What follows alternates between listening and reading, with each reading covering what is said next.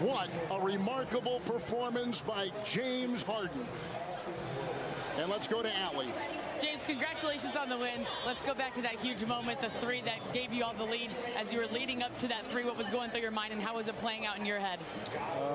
I work on that shot every day.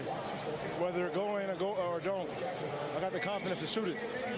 So, just stay with my shot, follow through and win in. We're just a resilient team, man. We, even without Joel, we got the confidence to come here and win games, and we've been doing it all year long. So it's a good win for us. James Harden and the 76ers upset the Celtics in Game 1 off of James Harden's 45 points. Incredible game from James Harden over here. This was a throwback to Rockets James Harden, where he was just doing 45 points like every other day. It felt like really efficient today. 17 of 30, 7 of 14 from 3. Really good game from him. He started off super hot. He hit his first 5 shots. The 76ers were, both teams in this game was just offense. In the first half, there was no defense being played. Obviously, without Joel Embiid playing, their interior defense really took a hit. And the Boston Celtics in the first half were just using the paint like it was practice shots. They were super efficient. First quarter, they were like 80% shooting. In the first half, the Celtics were like 70% shooting. And it was like, dang, they're really efficient. But the 76ers were also like 50% from the field in the first half. And the Celtics only had a 2-point lead, which is very crazy because in the first half, Tatum had like 24 points or something like that. Jaylen Brown, super efficient as well. He was 6 of 7 in the first half. But then the Boston Celtics kind of stopped attacking the paint. I don't really know why. They were being more perimeter oriented, which they can hit shots. And they did hit almost 40% today from 3. They hit 38%. 76ers though hit 44%, hit 7 more threes than them. Like I said, James Harden was cooking. He got every single pick and roll. Just the big man from the Celtics, whether it be Al Horford, Robbie Williams, none of them stepped up on the screen enough. They gave him enough room to hit the 3, a couple step back threes. He attacked the basket. This is classic James Harden through and through. In the first round, although the 76ers did sweep the Nets, I was very concerned because, while they did sweep them, it was not very convincing. They didn't really feel like a dominant team. They just felt like they were the better team. They had better talent, and the Nets didn't really have a real reason to actually be there. In the first 4 games in that series, Harden only made 9 2-point field goals, which, he just wasn't finishing at the rim at all. In this game, however, he made 10 2-point field goals, so, he's all good on that. He pulled back the clock a little bit and gave this incredible performance, obviously reminiscent of his time with the Rockets. People, myself included, have always wondered if James Harden has just gotten old. It looked like he lost a step. Sometimes he wasn't giving his effort in scoring. He was being a bit more passive, obviously, with his playmaking, trying to get more assists, help out his team once he came to the 76ers because his role was different. Obviously, Joel is the main guy.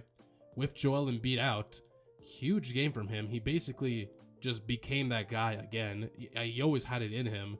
He just seemed to start hitting it, and he started acting like he was the main guy again. Incredible game. He hit that game-winning 3 against Al Horford at the end there. I don't know why the Celtics did not double him. They barely doubled him in this game. They kind of just let single coverage. And I don't know why at the end there, why Al Horford was against him. They have so many good perimeter defenders. Tatum, Brown, Derek White, Marcus Smart, Malcolm Brogdon, all of them would have been better than Al Horford. Horford didn't have the greatest game, and Harden just, in the post-game interview, he was kind of surprised. He literally said he was surprised that they didn't bring a double on that last play. And I was too. It was just a one-on-one against Al Horford. Got that step back 3 on him. Won the game. The Celtics in the second half, they were just not playing defense the entire game. Neither team was really playing that much defense, especially in the first half. Celtics were not playing defense at all. They were really not taking them seriously, the 76ers, and it let the 76ers stay around for long enough in the game. D'Anthony Melton came up huge with 5 threes in the first half. Tyrese Maxey, 26 points. Tobias Harris, 18 points. Just enough points to keep it around. Paul Reed, 13 rebounds. Hit 4 clutch free throws at the end. Super, super clutch. And like I said, the Celtics defense was not really being serious. Very unserious performance by them today. 16 turnovers versus the 76ers only had 6 turnovers. There were barely any free throws in this game at all. This game felt so fast in the first half because the first 3 throws were like 30 seconds left in the first half. So, I mean, not a lot of fouling, meaning not a lot of defense being played by either side. Jason Tatum had a good game. Celtics offense overall was very weird in the last few possessions, especially that very last possession where it was like Brogdon, pass to Brown, Brown got stuck, pass to Smart, pass to Tatum, pass to Brogdon. It was like hot potato. They were all passing the ball, but none of them were attacking. They looked very confused on what they wanted to do offensively in that last possession. Used the entire shot clock. Brogdon ends up throwing it behind him, thinking that Tatum was at the 3-point line or something. No, it was Tyrese Maxey. Got the ball. Everyone was shocked. Everyone was kind of like stood still for a second because they thought it would be a shot clock violation. No, Maxey got the ball, just ran down the court, easy bucket. I think that was to give them a lead, I think it was to give them 1-point lead in that game. And yeah, Harden hit that huge clutch 3. Threes all over the court today. Really fun. I love watching James Harden cook. He's one of my favorite players, and a performance like this was so much fun to watch. Especially, this is a huge win with Joel Embiid out. Take a 1-0 series lead against the Celtics on the road. Kind of inexcusable loss for the Celtics in this game. I thought it was kind of weird. Jaylen Brown, he was 6 of 7 in the first half. He only had 3 shots in the entire second half, which is a bit odd.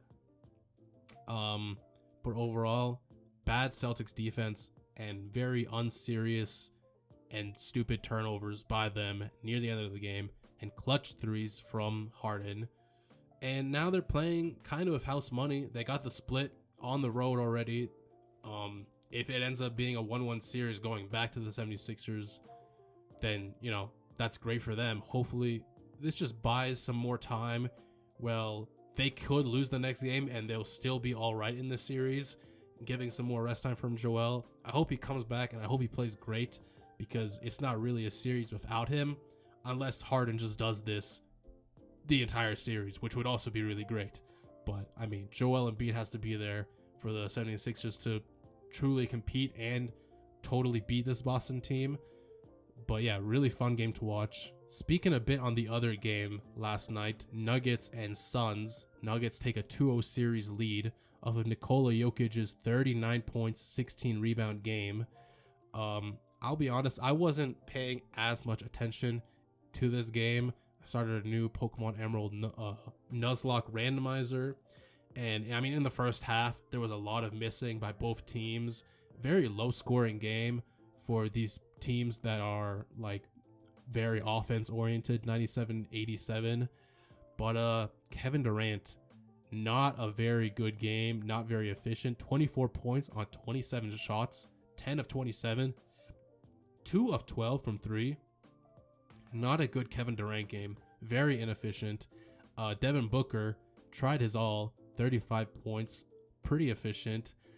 Chris Paul went out with an injury, but the Nuggets didn't have the greatest game. Jamal Murray especially did not have a good shooting game at all, 3 for 15. But the Nuggets, Nikola Jokic specifically, wielded his team, basically carried them to this victory. Like I said, a bad Kevin Durant game. For this Suns team, Kevin Durant and Devin Booker both have to score at least like 30 plus for them to really stand a chance, because they don't really have a bench. Chris Paul is not going to be the scoring guy. He's never been a high scoring guy, but he's not going to be that anymore at age 37. 8 points today. Again, he went out with an injury, so I mean, that's just very unfortunate for the Suns. But yeah, they don't have a lot of depth. They don't have a lot of depth at all. They shoot so many mid-range jump shots, obviously with KD, Book, and Chris Paul. They shot, I believe, in the first round series, 27% of their shots were mid-range shots, which was the highest rate by any postseason team in the last 4 seasons. So obviously, and they don't shoot that many threes. They shot 6 of 31 today. In the first game that they also lost, they only shot 23 threes, and the lowest 3-point shooting team average for the season were the Chicago Bulls that shot 28 threes per game. And in the first game of this series, the Suns only shot 23. So they just do not shoot a lot of threes, and 3 is bigger than 2. I mean, Booker made 4 of the threes, and KD made 2 of 12 from 3. That's it. Nobody else hit a 3. None of their role players that you would be kicking out to hit a 3 in this game. So while I did have originally, before the playoffs started, I had the Suns making all the way to the finals just off of the back of KD and Book. Their lack of depth and their very huge lack of 3-point shooting and just shot like 3-point creation is really not good. And against this really well-constructed Nuggets team that, although they can have a poor performance from Jamal Murray, they can still have Nikola Jokic go out, shoot 17 of 30, super efficient, 39 points from him. Have Aaron Gordon, KCP was 4 of 4 from 3, really good game from him.